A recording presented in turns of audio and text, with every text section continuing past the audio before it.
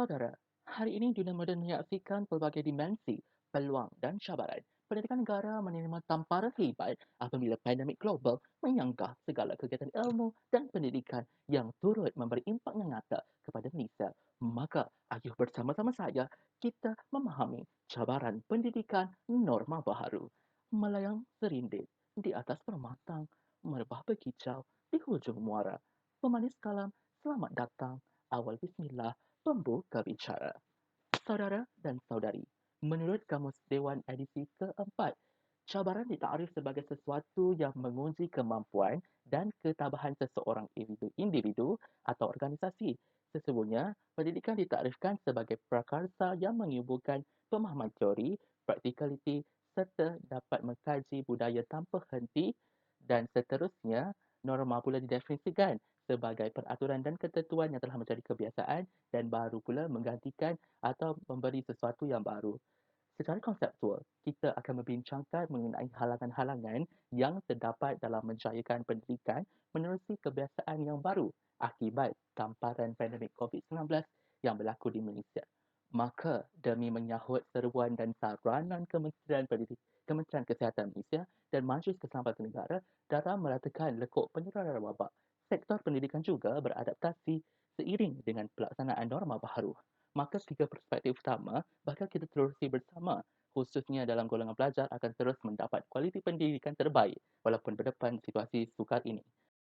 Hadirin pencetus revolusi. Pertama, norma baharu alternatif pendidikan, perkembangan teknologi dalam kebimbangan. Kualiti pendidikan yang terdapat di Malaysia memang tidak dapat disangkal lagi. Forum Ekonomi Dunia telah meletakkan Malaysia di tangga ke-14 daripada 141 buah negara yang lain di seluruh dunia dalam mengiktiraf Malaysia sebagai negara yang berdaya saing dalam bidang pendidikan. Malang tidak berbau sektor pendidikan merupakan sektor yang teruk terjejas. Bermula tempoh Perintah Kawalan Pergerakan yang dikuatkuasakan pada 18 Mac 2020. 7 juta pelajar bermula daripada peringkat rendah sehingga ke peringkat menengah terjejas. Kaedah pembelajaran secara uh, bersemuka kini telah bertukar kepada digitalisasi melalui pelaksanaan online distance learning. Namun, kaedah ini tidak senang untuk dilakukan kerana terdapat pelbagai halangan dan cabaran seperti bekalan internet dan capaian internet. Masihkah anda ingat kisah mahasiswi Sabah yang bernama saudari Viviana Musibin yang terpaksa memanjat pokok bagi mendapatkan sambungan internet menjadi bukti akan kekurangan pelaksanaan online distance learning di Malaysia. Oleh itu, bagi memastikan pendidikan yang baik kepada semua pelajar, kerajaan bertindak proaktif dengan menghasilkan EDU Web TV. Kerajaan juga telah mengembangkan pelan sambungan internet di bawah pelan fiber dan ketersambungan nasional bagi membolehkan kelas yang sempurna kepada digitalisasi pendidikan. Dan jangan dilupa inisiatif rakyat iaitu NGO untuk Malaysia berjaya mengumpulkan RM50,000 bagi membantu dan memberikan akses internet percuma kepada mereka yang memerlukan. Kedua, norma baharu alternatif pendidikan kestabilan sosioekonomi dalam kerapuhan. Malaysia menduduki tangga ke-14 mengalahkan negara maju seperti United Kingdom, Perancis dan Jepun. Manakala di Asia Tenggara, kualiti pendidikan Malaysia berada di tahap terbaik dengan pengiktirafan sistem pendidikan berkualiti di tangga kedua selepas Singapura. Namun, masalah kewangan dan ekonomi keluarga merupakan antara faktor penyumbang terbesar sewaktu pandemik dalam menjayakan pendidikan norma baharu ini.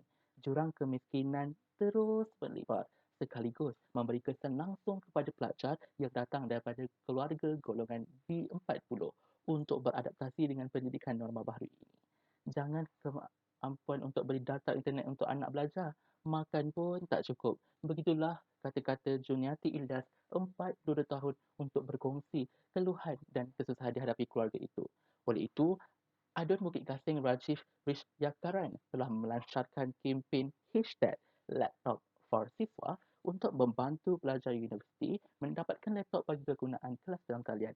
Selain itu, jangan kita lupa kepada Yang Berhormat Said Sadiq yang telah melancarkan dan melakukan #Botak Challenge bagi mengumpul dana untuk memberikan pelajar yang terjejas laptop untuk meneruskan kelas dalam talian.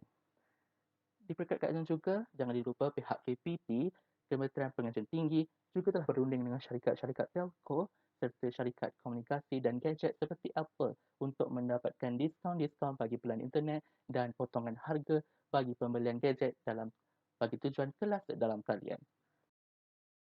Hadirin sekalian, ketiga, norma baharu alternatif pendidikan, masalah pelaksanaan menjadi perhatian. Medium pendidikan norma baharu tidak akan lari daripada penggunaan teknologi dalam meneruskan gagasan ilmu. Isu kemahiran ICT dalam kalangan guru-guru merupakan isu yang masih membimbangkan akibat kurangnya pendedahan berkenaan teknologi dan maklumat dalam pembelajaran. Banyak masalah berkenaan pelaksanaan kelas atas talian menyebabkan ketidaklancaran kelas terutamanya dari segi teknikal. Ketersediaan pelajar dan gangguan daripada sekeliling dan juga ahli keluarga merupakan antara faktor juga yang wujud permasalahan ini. Jadi, pelbagai pihak perlu mengambil inisiatif bagi memastikan tiada lagi permasalahan di peringkat implementasi ini. Antaranya, pelajar itu sendiri seharusnya melakukan persediaan yang rapi serta kelengkapan yang lengkap bagi memastikan kelancaran kelas dalam talian. Ibu bapa pula boleh membantu dengan memberikan anak-anak ruang untuk menghadapi kelas era baharu. Pihak pengajar pula perlu mencari rumus yang terbaik bagi mencurahkan ilmu dengan penggunaan teknologi yang tepat dan efisien. Mengakhiri kalam bicara denganlah nusa bangsa, pendidikan dalam norma baharu, tanggungjawab kita bersama.